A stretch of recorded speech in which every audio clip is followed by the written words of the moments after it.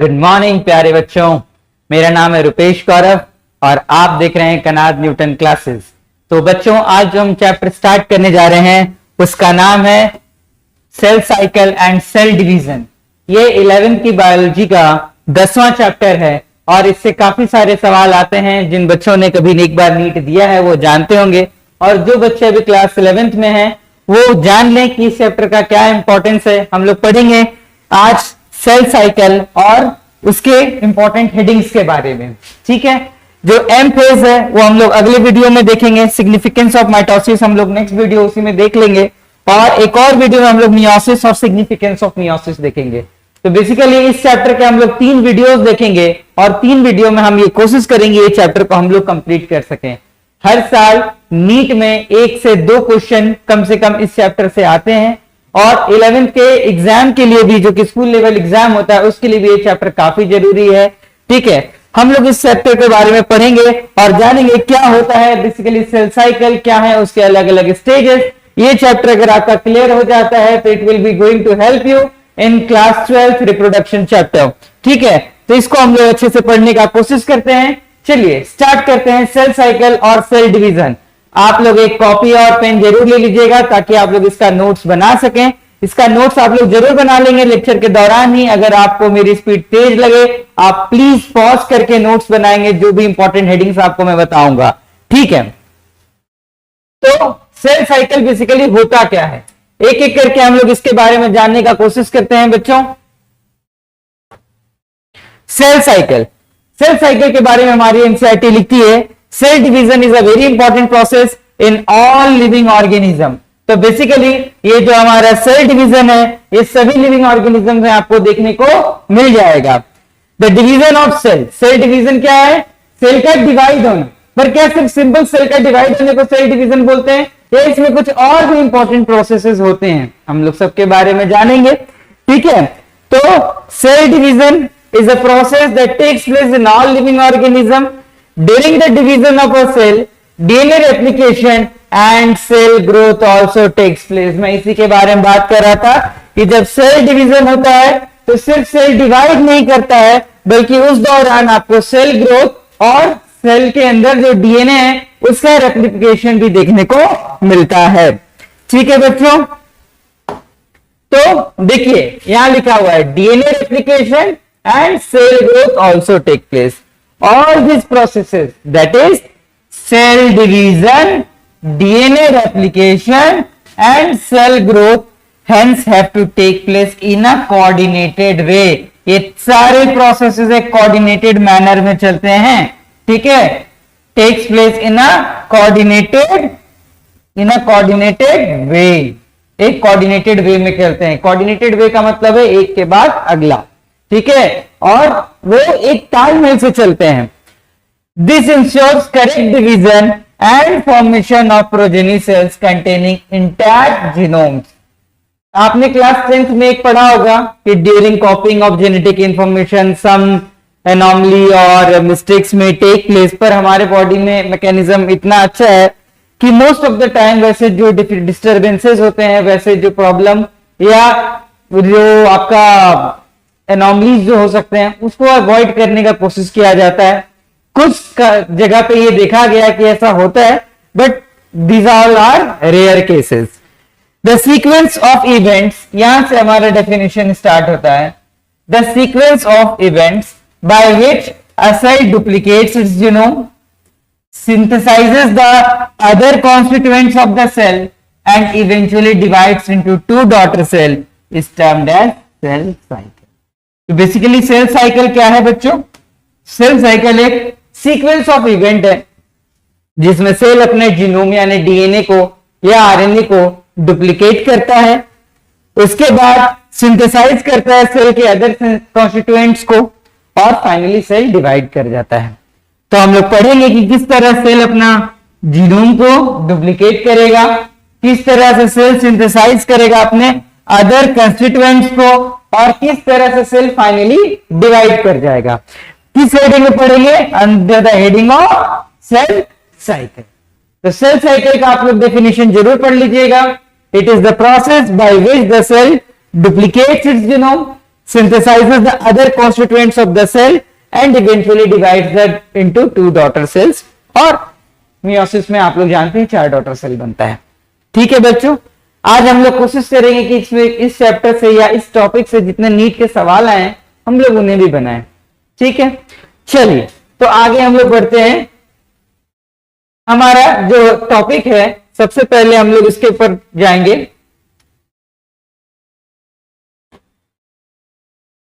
Cell cycle.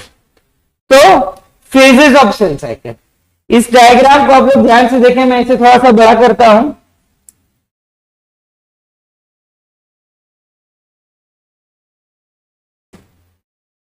ये देखिए, ये अलग अलग फेजेस हैं सेल साइकिल के।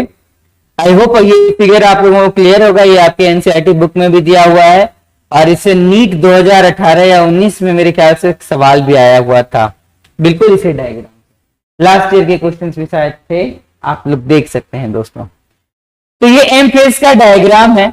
एम फेज में क्या क्या आपको दिख रहा है, तो बेसिकली मैं थोड़ा सा यहां लिखता हूं, एक सेल साइकिल में 2 फेज होता है जनरली, इंटरफेस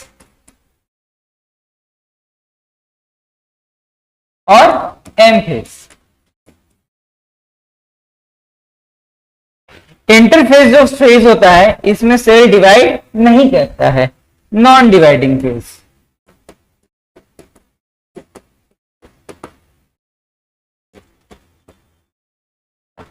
और एम फेज जो फेज होता है इसमें सेल डिवाइड कर जाता है, डिवाइडिंग फेज।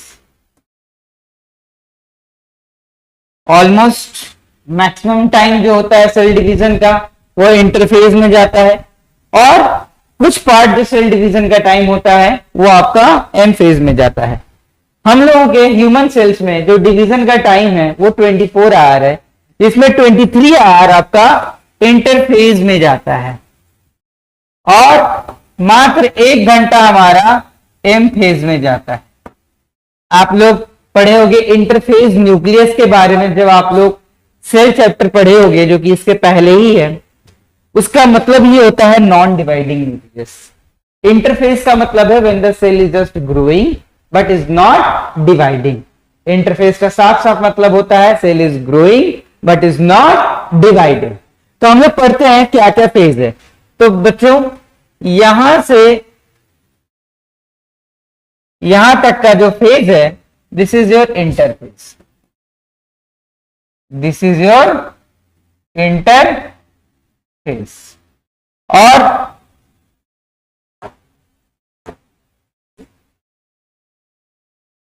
यहां से लेके यहां तक का जो फेज है लिखा हुआ है आपके एनसीईआरटी में, this is M phase. Interphase में क्या क्या फेज आया, G1 फेज है, S फेज है और G2 फेज है। G1, S and G2। G1 का मतलब होता है gap 1 phase, gap 1 phase. S phase का मतलब होता है सिंथेसिस फेज और G2 फेज का मतलब होता है gap 2 phase. Gap 1 phase, synthesis phase and gap 2 phase. बच्चों गैप 1 फेज जो होता है it represents the gap between M phase and synthesis phase. किसके बीच का गैप को रिप्रेजेंट कर रहा है, एम फेज और सिंथेसिस फेज के बीच के गैप का। इस फेज के दौरान जो सेल होता है वो सिर्फ ग्रोथ करता है, प्रोटीन बढ़ते हैं उसके अंदर और उसमें कोई डिवीजन नहीं होता है, कोई डीएनए का रेप्लिकेशन भी नहीं होता है। याद रखेंगे गैप 1 फेज के दौरान सेल ग्रोथ करता है, उसके अंदर प्रोटीन का सिंथेसिस होता है पर कोई डीएनए रेप्लिकेशन भी नहीं होता है और ना ही सेल का डिवीजन होता है। अगला फेज की ओर हम लोग बढ़ते हैं जिसका नाम है सिंथेसिस फेज। सिंथेसिस फेज का नाम से ही हमें कुछ समझ में आ रहा है कि इसके अंदर सिंथेसिस हो रहा होगा। इस फेज के दौरान डीएनए डुप्लीकेशन होता है। याद रखेंगे बच्चों, इस फेज के दौरान क्या होता है, डीएनए डुप्लीकेशन। डीएनए अगर हमारे सेल में 2n है तो वो बढ़ करके 4n हो जाएगा। हमारी एनसीईआरटी ने डीएनए को सी से रिप्रेजेंट किया है, तो बेसिकली हम लोग उसी तरह लिखेंगे, अगर डीएनए 2c है तो वो बढ़ करके 4c हो जाएगा। मतलब डीएनए का अमाउंट तो डबल होगा, पर क्रोमोसोम का नंबर डबल नहीं होगा। अगर क्रोमोसोम हमारे पास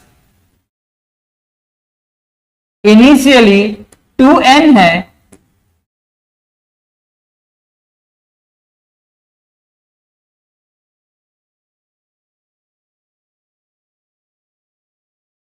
एक मिनट,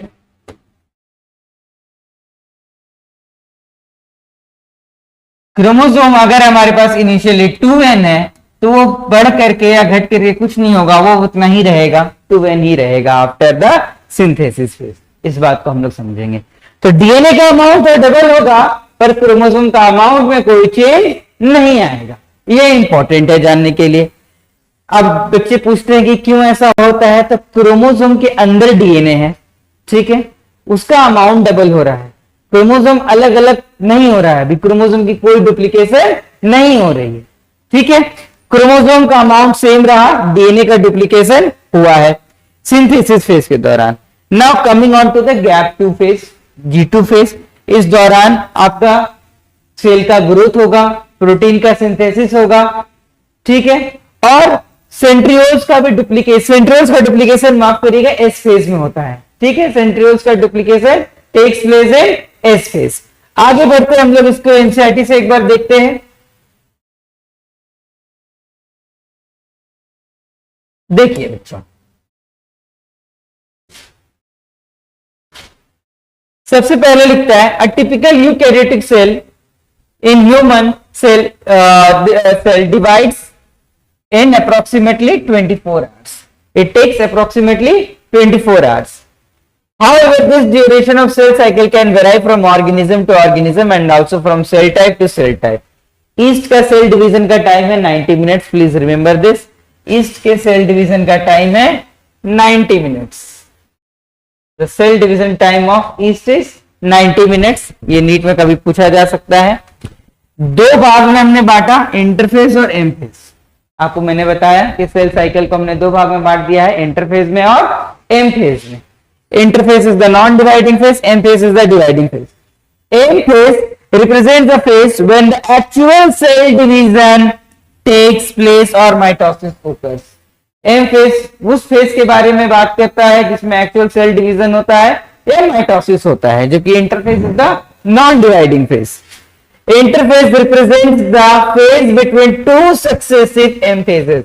देखिए ना, ये एम फेज है और ये आपका इंटरफेज है जिसको मैंने अभी लाइन से बनाया है। तो ये एक एम फेज खत्म हुआ, इंटरफेज स्टार्ट हुआ, जैसे ही इंटरफेज खत्म होगा फिर से एम फेज स्टार्ट हो जाएगा। तो interphase represents the gap between two successive M phases. It is significant to note that in the 24 hours average duration of cell cycle of a human cell, cell division proper lasts for only about an hour. सिर्फ 1 घंटे तक के लिए चलता है। जैसा मैंने आपको बताया कि इंटरफेस 23 घंटे तक होगा सेल डिवीजन में और एम फेज मात्र 1 घंटे तक होगा, ठीक है। The interphase last more than 95% of the duration of cell cycle. Important point, interphase जो होता है वो 23 आवर तक चलता है आउट ऑफ 24 आवर। हम लोग बोल सकते हैं कि 95% ऑफ सेल साइकिल में आपका इंटरफेज होता है, ठीक है बच्चों। 95% of our cell cycle is M phase. The M phase starts with the nuclear division corresponding to the separation of daughter chromosomes called as karyokinesis. इसके बारे में हम लोग आएंगे, कैरियोकाइनेसिस और साइटोकाइनेसिस क्या होता है हम लोग एक एक करके पढ़ेंगे।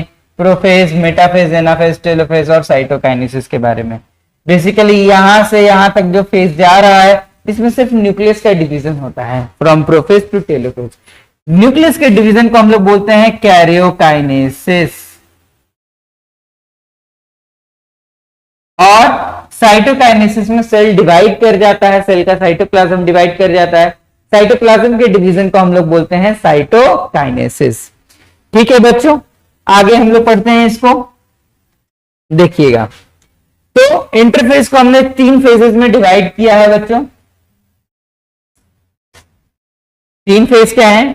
G1 phase that is gap 1 phase, S phase that is synthesis phase, G2 phase यानी गैप 2 फेज। पढ़ते हैं जो जो बात हम लोगों ने किया है उसके बारे में। तो G1 phase corresponds to the interval between mitosis and initiation of DNA replication. इस दौरान क्या होता है? माइटोसिस और इनिशिएशन ऑफ डीएनए रेप्लिकेशन के बीच का फेज है। माइटोसिस कहां हो रहा है? M फेज में, और इनिशिएशन ऑफ डीएनए रेप्लिकेशन कहां हो रहा है? S फेज में।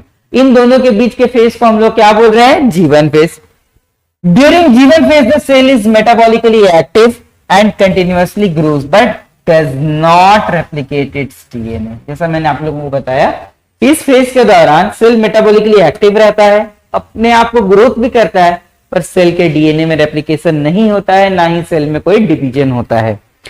इस फेज, जिसको हम लोग सिंथेसिस फेज भी बोल रहे हैं बच्चों, एज फेज और synthesis phase marks the period during which DNA synthesis or replication takes place. It is a synthesis phase.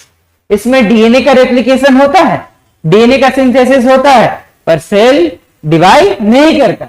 एक इंपॉर्टेंट पॉइंट इसमें जानना बहुत जरूरी है कि डीएनए तो डबल हो रहा है बच्चों, पर इसमें क्रोमोसोम का नंबर चेंज नहीं होगा।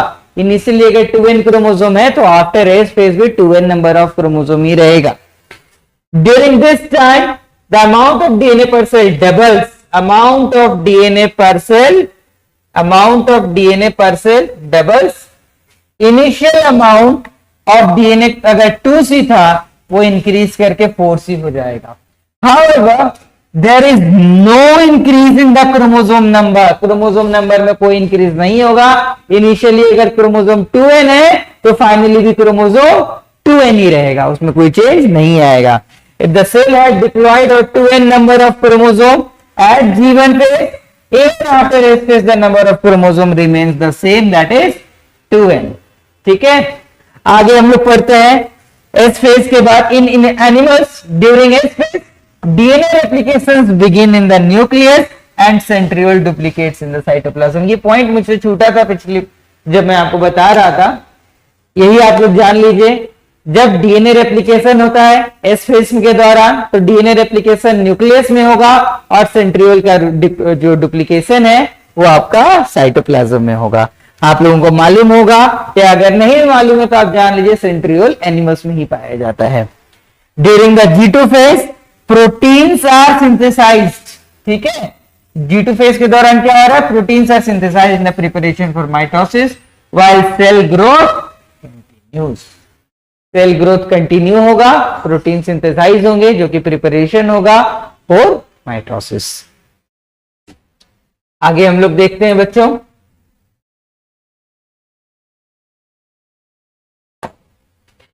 यहां पे हमने बात की गैप 1 फेज के बारे में, एस फेज के बारे में, G2 फेज के बारे में, और यहां हम लोगों को एक और फेज नजर आ रहा है G0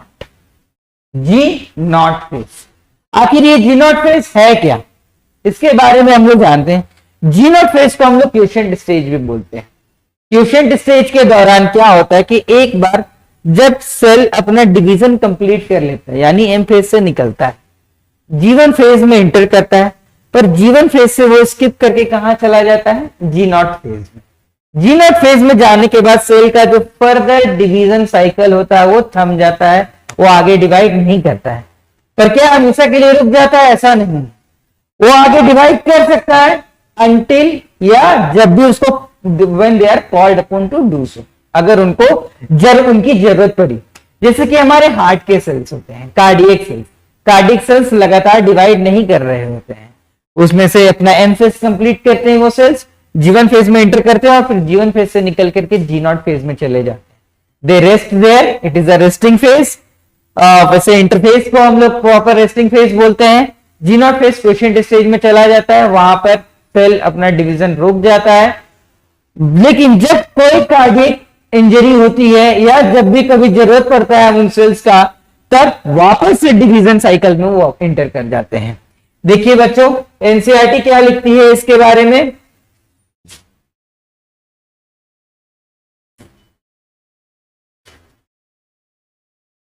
Some cells in the adult animals do not appear to exhibit division and many other cells divide only occasionally.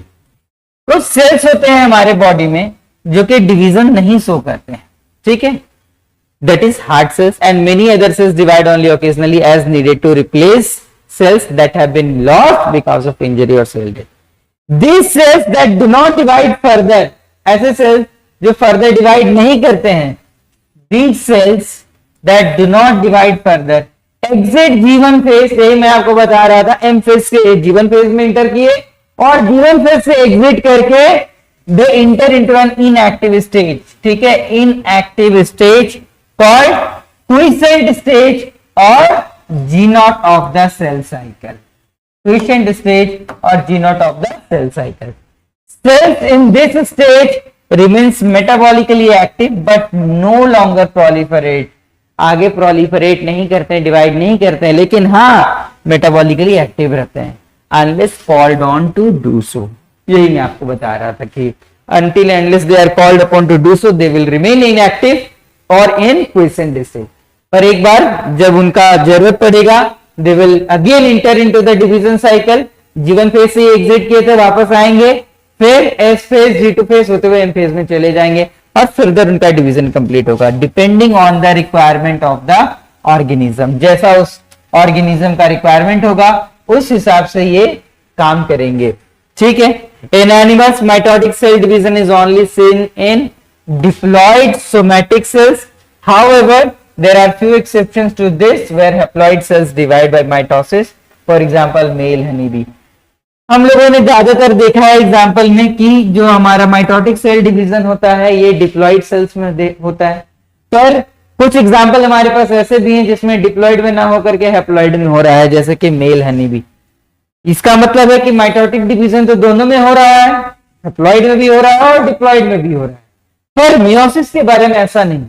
Meiosis सिर्फ डिप्लॉयड सेल्स में हो सकता है, हैप्लॉयड सेल्स में नहीं हो सकता है. आप सोचिए अगर हैप्लॉयड में मियोसिस हो जाएगा, ऑलरेडी वो हाफ है, एन है, n/2 क्रोमोसोम्स हो जाएंगे जो कि संभव नहीं है. Against this plants can show mitotic division in both haploid and diploid cells. Plants में भी देखिए हैप्लॉयड एंड डिप्लॉयड दोनों ही सेल्स में हम लोगों को देखने के लिए मिल रहा है माइटोटिक डिवीजन. एनिमल्स में mostly mitotic division diploid somatic cells में हो रहा था. एक्सेप्शन था मेल हनीबी जिसमें हैप्लॉयड सेल्स में भी माइटोटिक डिवीजन हो रहा है.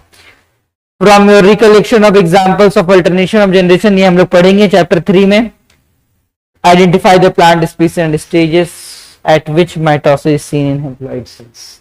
क्या आप बता सकते हैं? अगर आप बता सकते हैं तो हमारे कमेंट सेक्शन में जरूर बताइएगा, ठीक है. Thank you. आज की वीडियो में इतना ही.